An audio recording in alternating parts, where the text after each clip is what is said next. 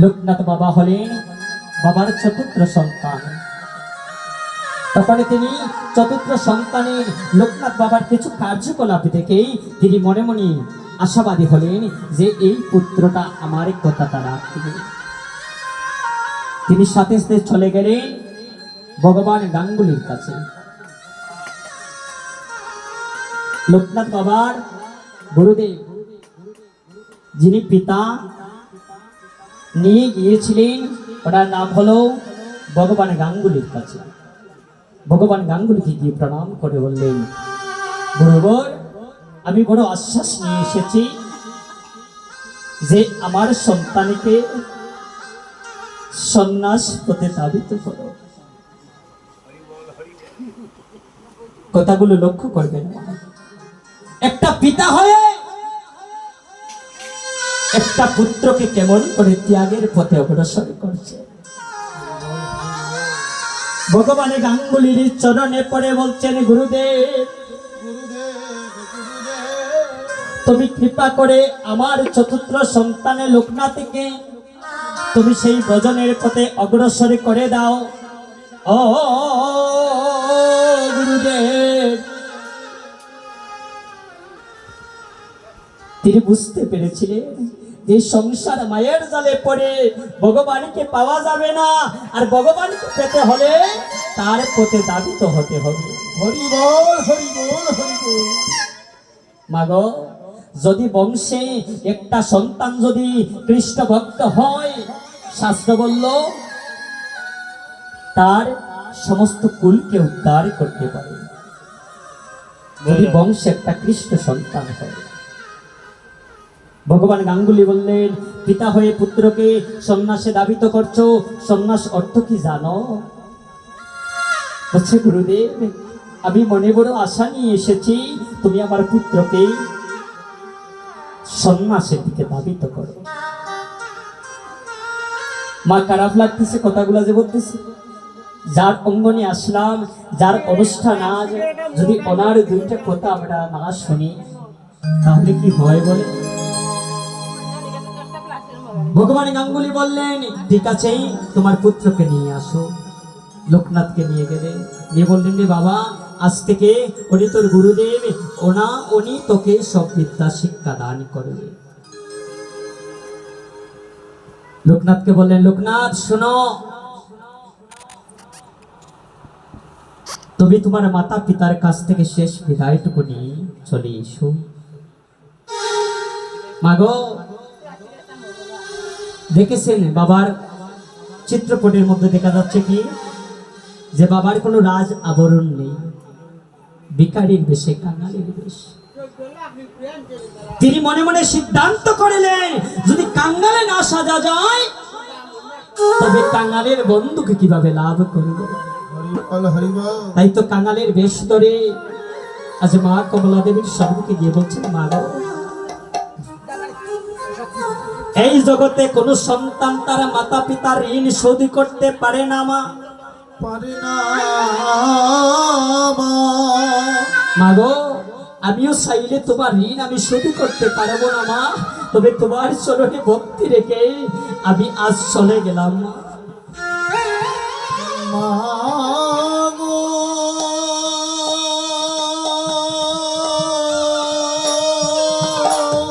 শোনো মা, যদি আমার কোনো জন্মে ভাগ্য হয় মা, আমি তোমার ঋণ আমি শোধ করব। মা কমলা দেবী লোকনাথ বাবাকে কোলে জড়িয়ে ধরে বলছেন, বাবা রে, তোর পিতার যখন 4টা সন্তান হলো, তোর পিতা আমার সম্মুখে এসে বলতেন, ওগো কমলা, আমার একটা পুত্রকে কৃষ্ণ সেবায় নিয়োজিত করব। আমি তোর পিতাকে বাধা দিতাম যে, ওগো, 4টা সন্তান হয়েছে তো কি হয়েছে, এই মায়ের যদি লক্ষ সন্তান থাকে আর যদি একটা সন্তান কোনো বিপদে পড়ে যায় বা একটা সন্তান যদি মাকে বলে যায়, এই জগতে মাতা পিতা কোনোদিন সন্তানকে বলতে পারে না। বলছে, মা, যদি আমি ওই পথে না যাই মা, তাহলে যে এই জন্মটা আমার বিতায় চলে যাবে। কমলা দেবী বলছেন, বাবা রে, তুই যে পথে যাচ্ছিস ওই পথ থেকে যদি তোকে আমি বিতাড়িত করি, তাহলে আমি যে অপরাধের ভাগীদার হয়ে যাব। তোর কৃষ্ণ ভজনে যে আমি ব্যাঘাত ঘটিয়ে দেব। আর যদি তোর কৃষ্ণ পথে যদি ব্যাঘাত ঘটে যায়, তাহলে এই মা নামের কলঙ্ক লেগে যাবে। ও মা, বিভীষণের স্ত্রী শর্মা দেবী পুত্র তরুণী সেনের মৃত্যু সুনিশ্চিত জেনেও তিনি যুদ্ধে প্রেরণ করেছিলেন। হরি বল হরি বল। কেন? মা জানতেন ওরে অসুর কুলে তাকিয়া যদি প্রাণ পাখি চলে যায়, তার অসুর কুলে জন্ম থাকবে। আর যদি প্রভু শ্রী রামচন্দ্রের বাণীর আঘাতে যদি তরুণী সেনের মৃত্যু হয়, তাহলে তরুণী সেন ভগবানের চরণে লাভ করবে। হরি বল হরি বল। তাই গৌর হরি হরি বল হরি বল।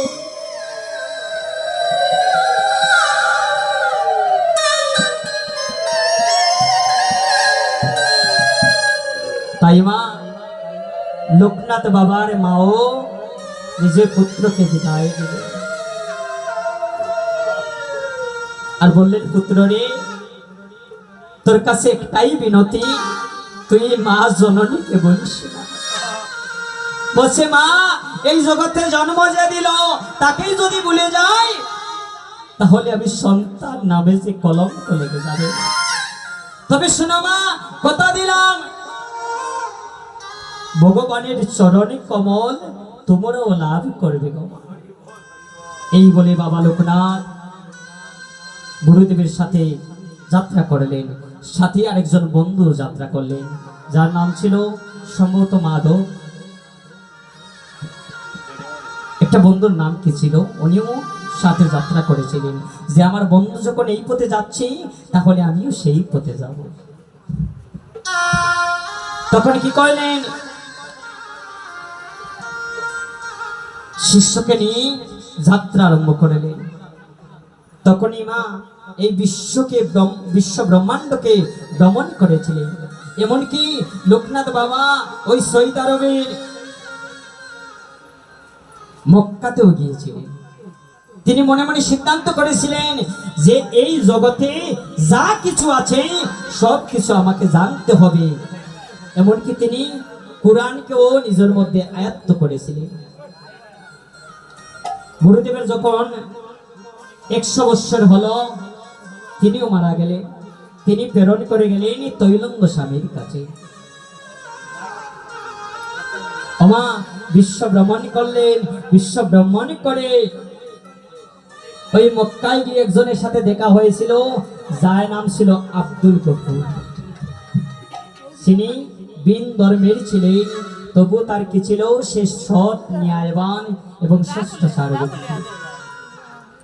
তিনি জাত পাত, কে ছোট কে বড়, কে ধনী কে মানি, এসব বিচারই করে না। ওমা, এই যে আসরে এসেছি, কে ছোট কে বড় কোনো জ্ঞান আছে মা, কোনো ভেদাভেদ আছে? এই আসরে যখন বসলাম, সবাই একাকার হয়ে গেল। তাই তিনি বিশ্ব ভ্রমণ করে তিনি আমাদের সৌভাগ্য, তিনি বাংলাদেশে এসেছিলেন। বাংলাদেশে যখন আসলেন মা, লোকনাথ বাবার করণের বস্ত্র তো দেখেছেন মা, লোকনাথ বাবার বেশ পোশাক আর বস্ত্র দেখে মানুষ তাকে তিরস্কার করতে লাগলো, ওই দেখ পাগল এসেছে। যখন জামালগঞ্জে আসলেন বারোদিতে, ওনাকে প্রথম সবাই অবজ্ঞা করতো, বলছিল পাগল এসেছে। একদিন মা কি হলো, এক মা সন্তানের জন্মটা দিয়ে মা এই জগতের মায়া ছেড়ে চলে গিয়েছে। এই ঘটনাগুলো আমার মুখের কথা নয় মা, যদি বাবার জন্ম বৃত্তান্ত স্টাডি করেন তাহলে ওগুলা পেয়ে যাবেন। যখন মা মারা গেল, তখন ওই সন্তানকে আরেকজন মা কুলে নিলেন। এই মায়ের কোনো সন্তান ছিল না। জন্ম থেকে সন্তান হারা কোনো সন্তান হয় না। তিনি ওই সন্তানকে কুলে নিয়ে সন্তানের বদনের দিকে তাকিয়ে বলছেন, বাবারে, তোর মা তোকে জন্ম দিয়ে মারা গেল আর আমার কুলে প্রেরণ করলো, বাবা আমি তোকে কিভাবে বাঁচাবো বলো। তখন শুনলো এক পাগলের কথা, যে বাবা লোকনাথ ব্রহ্মচারীর কথা। উনি যাকে যা বলছেন তাই বলে যাচ্ছে। কতজন হাঁটতে পারে না, কতজন নয়ন জলে নয়ন নেই, কতজনের অনেক সমস্যা।